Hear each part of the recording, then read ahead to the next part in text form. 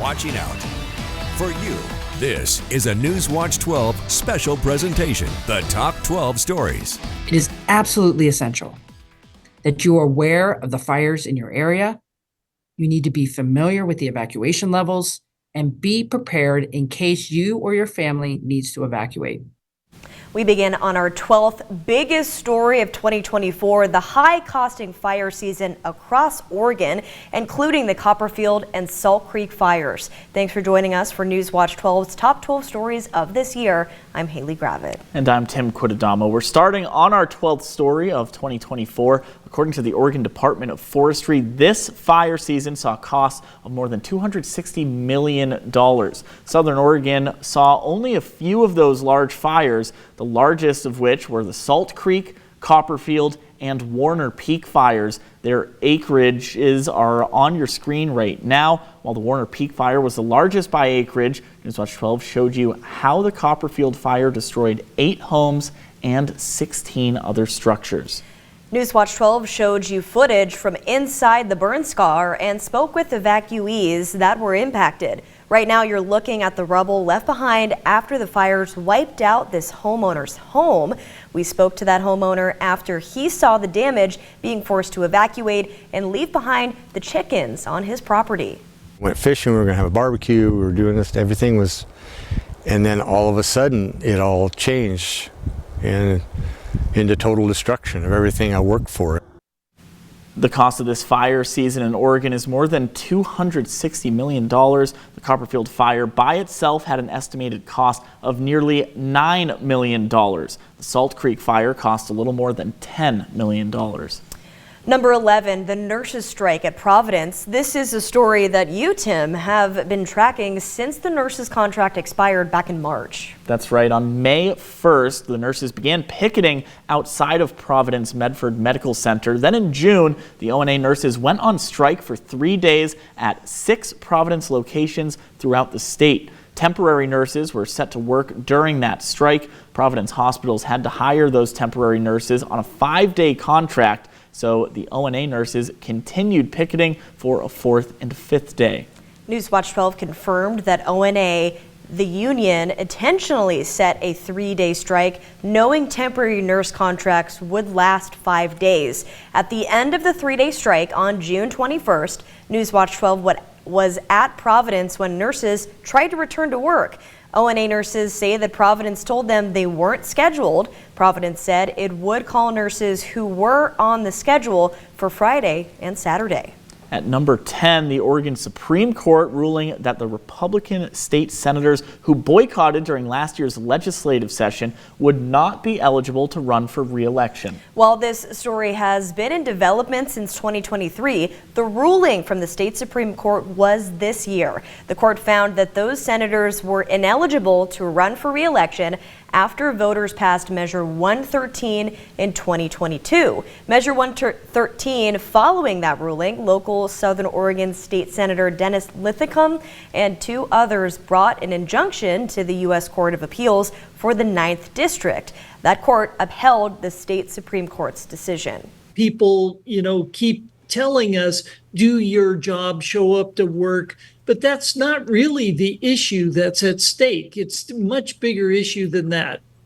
The boycott lasted 6 weeks and stalled hundreds of bills from going through. State Senators Art Robinson, Brian Boquist, Tim Knope, Dennis Linthicum, Bill Hansel, and Lynn Findley were all ineligible to run for re-election. After the ruling, Linthicum ran successfully for the Republican nomination for Oregon Secretary of State. His wife, Diane Linthicum, ran unopposed in the general election for his state senator position in the 28th District. She got 60% of votes cast in the primary back in May as well. Now, coming in at number 9 is the National Park Service's decision to end its contract with Aramark at Crater Lake. The federal government started considering ending its contract, the concessionaire, after Oregon U.S. Senator Ron Wyden called for a review of that contract. Wyden sent a letter to the National Park Service. He said that Aramark, who did business as Crater Lake Hospitality, had failed to do contracted maintenance and created an unsafe living space for its staff. In the letter, Wyden said that he sent staff to Crater Lake to do an in-person assessment. In March, it was announced that a new concessionaire would take over. By April, the National Park Service approved Explore Us to take over the contract. It took over immediately, running lodging, food and beverage, retail, and the Lake and Wizard Land boat tours. On to number 8, the Offshore Wind Energy Plan off the coast of Brookings and spearheaded by the Bureau of Ocean Energy Management. Now, this continues to be a developing story that Newswatch 12 is tracking. In February of this year, BOEM finalized its chosen wind energy areas along the Oregon coast.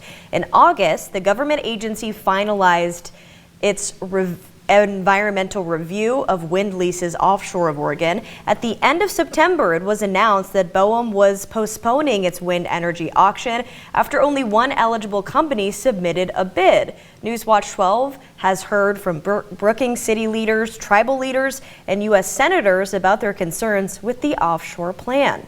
They have been like a bull in a china shop. There's been no attempt that I've seen from BOEM to grant any of the wishes of the local stakeholders. Not clear how they'll be anchored, not clear what kind of damage that the frequencies generated will do to the whales that are traveling. For folks who even want to have offshore wind, to make sure we do it in a way that benefits everybody. And the cost of it will be way above doing solar or wind on land. And I believe it's the truth. We're dealing with a government agency that truly doesn't care about the community that they're directly impacting. The one group we haven't been able to interview yet has been the Bureau of Ocean Energy Management. Newswatch 12 has reached out multiple times over email and cell phone. Many of those instances have been one-sided.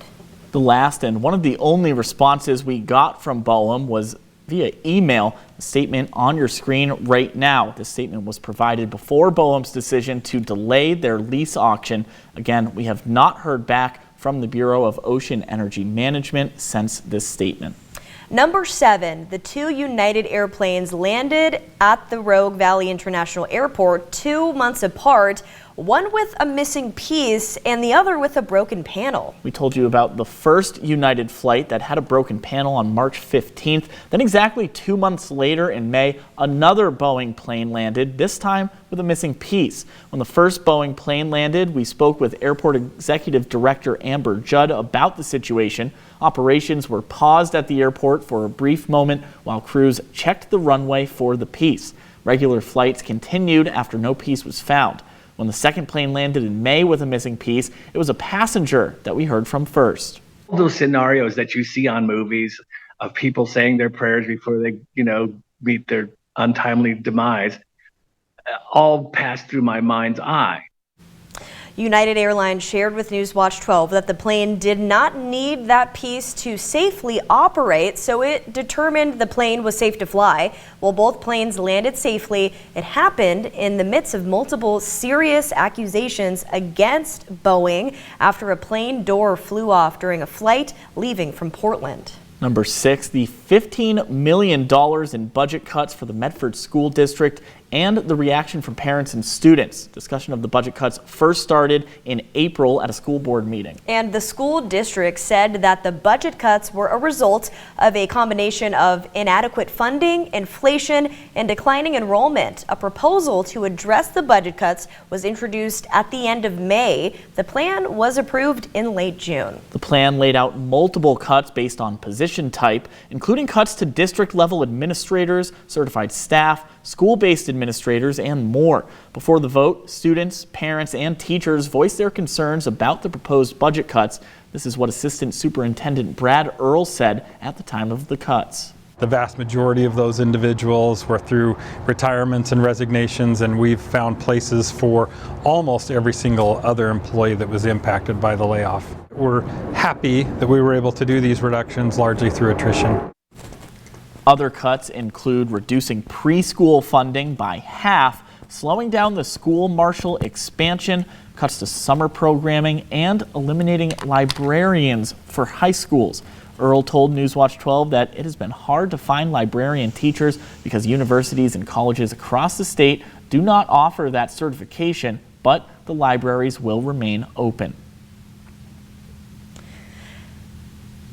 Number 5, the Klamath River Dam Removal Project. Newswatch 12 has been tracking these efforts for years, leading up to the complete removal of all 4 dams between Klamath and Siskiyou counties this year. Just this year, we've spoken with leaders of the removal effort, residents who live along the river, and tribal leaders. Earlier this year, there were multiple town halls and community gatherings to discuss the dam removal plan. Residents along the Klamath River and across Klamath and Siskiyou counties have shared concerns over the removal plan and impacts to wildlife. We fought the good fight on the dams and we lost. We're pawns in an experiment on river rewilding. There's been no apologies. There's been no recognition of the traumatic stress that the game warden went through, that the fire personnel went through. Drawdown of the lakes, many residents shared photos of deer and other animals stuck in the sludge and eventually dying. The goal of the removal of the 4 dams is to allow for salmon to swim up the Klamath River and its tributaries to spawn. Funding for the removal project came from the federal government and the states of Oregon and California. All 4 dams were officially removed on October 2nd. And coming up on this special edition of Newswatch 12, we're continuing our coverage of the top 12 stories of 2024. Our number 3 and 4 stories taking a look at state government backtracking in regards to drug usage, as well as the impacts from power outages to local residents and the response from the Fortune 500 partner in charge. Watching out for you. This is a Newswatch 12 special presentation, the top 12 stories. Welcome back to a special edition of Newswatch 12 as we track the top 12 stories of 2024. At number 4, House Bill 4002 that reversed many parts of Measure 110, which had originally reduced penalties for most drug possession offenses. On April 1st of this year, Governor Tina Kotek signed House Bill 4002 into law. It established a new drug enforcement misdemeanor charge for possession of a controlled substance. Anyone caught using or in possession of hard drugs in any amount will face a misdemeanor charge punishable to 6 months in jail. That jail time is a last option. People caught can opt into treatment instead of jail. I think everyone would like to see something a little bit different in the package, but overall, I think we're moving in the right direction, and people ask me who's the winner out of this, and Oregonians are the winner out of this. That option for treatment rather than jail is where the county deflection programs came into play. In Jackson County, officials have partnered with nonprofits to provide services and resources to help in recovery efforts. Number 3, the heat this summer and the Pacific Power outages that we're seeing across Southern Oregon. We've been tracking this story since the start of July, when concerns of an increase in power outages started to rise. Throughout the summer, those concerns were confirmed as residents saw an increase in power outages. Pacific Power shared that specifically in Talent, there were more than 40 outages since the start of the year. Residents ended up coming together in front of the Talent Library to express their frustrations with Pacific Power. In September of this year, the president of Pacific Power hosted a community meeting to hear from residents about their concerns. Many shared concerns about loss of power for medical equipment, water pumps, and the increasing cost that Pacific Power has implemented. Newswatch 12 talked to Pacific Power's president about why Talent has so many power outages. The utility company said its fire prevention sensors were activated in June and that the sensors automatically shut off power lines that detect any fire risk. This is normal in other places. It's a common misconception that Talent is being uniquely impacted. The reality is that wildfire is an everybody problem. 40% of our service area is in high sensitive settings. This has been a record-breaking wildfire season in Oregon. Flynn told Newswatch 12 that sensors and talent are set the same as Pacific Power's overall system, specifying it is not affected by the city's 2020 Almeda fire experience. While Flynn said the changes that need to be made won't happen overnight, Pacific Power promised to do better, and customers hope that is reflected in their power bills. And ahead on this special edition of Newswatch 12, we're taking a look at the top 12 sports stories of 2024, from Phoenix High School to the Pac-12 changes. Plus, we're continuing our top 12 stories of the year as we look at our number 2 and number 1 most impactful stories. And we have to talk about the top 12 sports stories of 2024. We definitely do. Newswatch 12 Sports. Peyton Manny and Madison Marie have the floor. Thanks, Haley and Tim. Let's get into the fun part of the show, the top 12 sports moments from 2024. Too hard to only pick 12, but we did the best we could. So let's start off with number 12 first. Starting off strong with freshman golfer Jordan Giles, who won a state title for Phoenix boys golf for the first time in 15 years. But it was also the second championship title for the Giles family.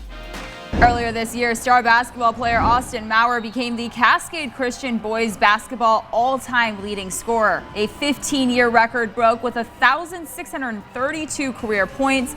Maurer now playing D1 basketball with Grand Canyon University. And also in February, Hidden Valley's Megan Peterson became the first female wrestler to win the state title and the first to win for the Mustangs in 37 years. Peterson's win set the tone for all students at Hidden Valley, but for women in the sport as well. In their first matchup since 1988, Southern Oregon football defeated Japan's KGU in the 4th Mills Bowl. It was the Fighters' first time back at Raider Stadium in 36 years and had a deeper meaning than just the game itself. After the fall of the Pac-12 conference, the University of Oregon began their first year in the Big Ten Conference in August, leaving Oregon State University to pick up the pieces of the pack. In Week 9, Oregon football claimed the top ranking in the AP Top 25 college football poll, the first time the Ducks secured the number 1 spot since 2012. For their 17th consecutive win, Southern Oregon women's basketball raised the Cascade Conference title trophy, upsetting 11th-ranked Lewis Clark State for the second time in 9 days. 7th-ranked Southern Oregon volleyball claimed their first Cascade Conference regular season title since 2019. Sweeping 6th-ranked Eastern Oregon on the road and breaking a 3-way tie in the conference. Oregon Tech men's basketball snapped College of Idaho's 5-year dynasty, running away with their first conference tournament title since 2012 and the first title win over C of I. For the first time since Medford High School split into 2, the Black and Blue Bowl rematch hit the state championship stage. The North Medford Black Tornado ran away with the title win for the first time since 1993. The Southern Oregon football team went undefeated at Raider Stadium last season. 2 wins included back-to-back upsets over top 10 ranked opponents of College of Idaho and Montana Western. Those 2 wins pushed the Raiders to number 7 in the NAIA Top 25. And finally, for our number 1 spot, the Phoenix Pirates winning their first game in over 1,700 days under second-year head coach Charlie Hall. It wasn't just a win for the program, but for the Phoenix community as well. And one thing's for sure, it was a great year. No doubt. Thanks for sticking with us here at Newswatch 12 Sports. Coming up on this special edition of Newswatch 12, we're continuing our coverage of the top 12 stories of 2024. Our number 2 and number 1 spots looking at homelessness in Southern Oregon as well as medical fentanyl.